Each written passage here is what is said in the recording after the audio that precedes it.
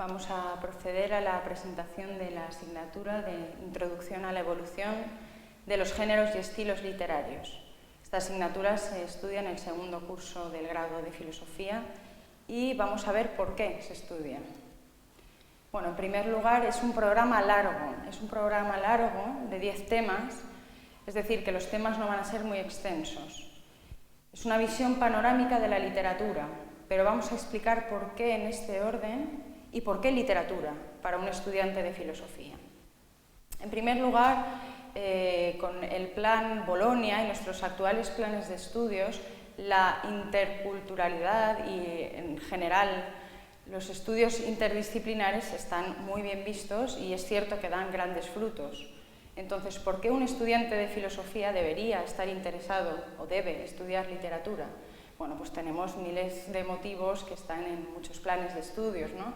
Porque conviene que incrementes su sensibilidad estética para aprender a realizar comentarios de texto, que ya lo sabe hacer muy bien un buen filósofo, o para ampliar su competencia artística y cultural, ¿no?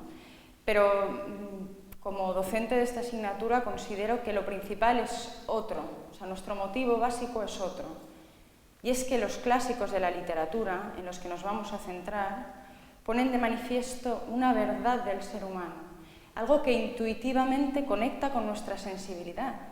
Es decir, ¿por qué yo, lector del siglo XXI, leo a Homero y me emociono? ¿Qué tiene Ulises en común con nosotros? ¿Por qué su historia me emociona y leo un libro del kiosco que me ha costado 2 euros y, bueno, me entretiene, pero no me dice nada? Porque creemos en la virtud de los clásicos como reflejo de la condición del ser humano.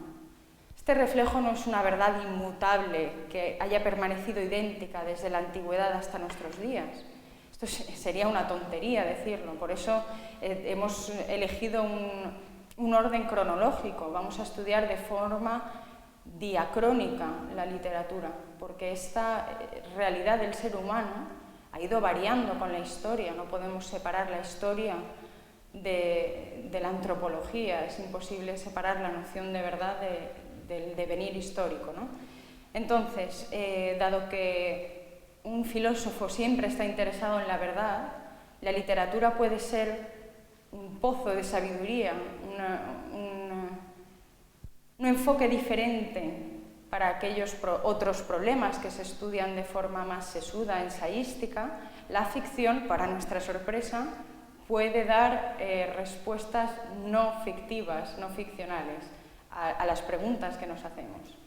Entonces, como ven aquí, pues efectivamente esta verdad del ser humano de la que hablábamos es polifacética, no es una e inmutable, sino que es estudiable desde distintos ángulos, contextos, disciplinas. La historia misma, ¿no?, se ocupa de la literatura como fuente de conocimiento y de documentación de tantas épocas, la antropología misma, la psicología, etc. Y también, y cómo no, la filosofía interesada en esas verdades que aparecen principalmente en la época clásica, pero podemos continuar rastreándolas a lo largo de la Edad Media, etc., hasta nuestros días, ¿no? Entonces, esto es nuestro motivo para estudiar la asignatura. Y creo que es absolutamente válido y puede ser una guía mucho más firme que la simple curiosidad cultural.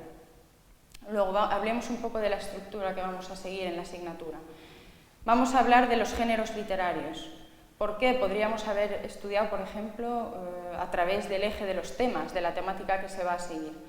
Pero es interesante que los géneros, como hemos estudiado tantas veces, es la forma que se elige, que elige un escritor para dar a determinado fondo o contenido. Es decir, el contenido puede ser el amor, la locura de amor, por ejemplo, y este contenido puede plasmarse en un poema, en una obra de teatro, en una novela, por hablar de los géneros más clásicos o los más actuales, digamos. Entonces, ¿por qué hablamos de géneros? Porque el género, la forma lingüística o el código elegido es el que nos habla también de la sensibilidad del autor. Elegir un código, elegir un género literario, es hacer ya una elección importante. Si yo escribo un poema, estoy hablando a alguien en la soledad de su cuarto. Si estoy escribiendo una novela, quiero de algún modo narrar la historia de la humanidad. Había un autor que decía eso, ¿no? Que toda novela aspira a narrar la historia de la humanidad. Y somos animales narrativos, tendemos a la narratividad. Pero si escribo este mismo tema, lo plasmo en una obra de teatro, lo que quiero ahí es crear el conflicto, representar el conflicto y que se encarnen unos personajes y que esos personajes te emocionen. Entonces, hablar de un género es hablar de una forma de conectar con el lector o espectador. Y por eso vamos a interesarnos en los géneros. Los géneros, además, han variado muchísimo a lo largo de la historia. Muchísimos géneros han desaparecido, véase el género épico, por poner un ejemplo, y géneros que no existían han ido surgiendo a lo largo de estos 25, 26 siglos que vamos a estudiar, han ido surgiendo, pero no surgen de la nada. Por tanto, creemos que en virtud de una mayor pedagogía conviene hacerlo de forma sincrónica, este estudio. Quiero aquí hacer mención de una particularidad. Yo no puedo hablar de la Edad Media y centrarme en la Edad Media en cada uno de los países que conforman Europa y en la literatura de cada uno de estos países. He elegido para cada uno de estos temas un país representativo, un país y generalmente un género representativo de esta época que vamos a tratar. Si hablamos, por ejemplo, por poner un ejemplo de la antigüedad, evidentemente hablaremos de la épica de Homero y de la Ilíada, el Ulises, etc., y hablaremos también del teatro, que es otro de los grandes hitos del teatro clásico, de la época clásica. Si pasamos a la Edad Media, empezaremos a hablar de poesía como la conocemos hoy, etc. Es decir, cada uno de estos géneros vive un momento de esplendor en determinadas épocas y también en determinados lugares. Si hablamos de la Ilustración, tenemos que hablar de Francia. Si hablamos del Romanticismo, hablaremos de Alemania.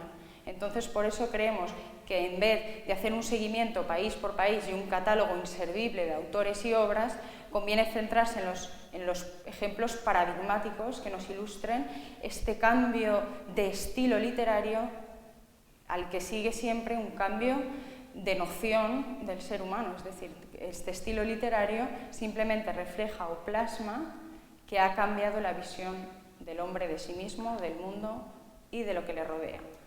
Así que, por último, esperamos que esto sea así, que este trabajo dé frutos y que nuestra investigación exhaustiva, mucho más rápida de lo que quisiéramos, pero esperemos que profunda, demos fruto y nuestros conocimientos en filosofía florezcan en el estudio de la literatura. Muchas gracias.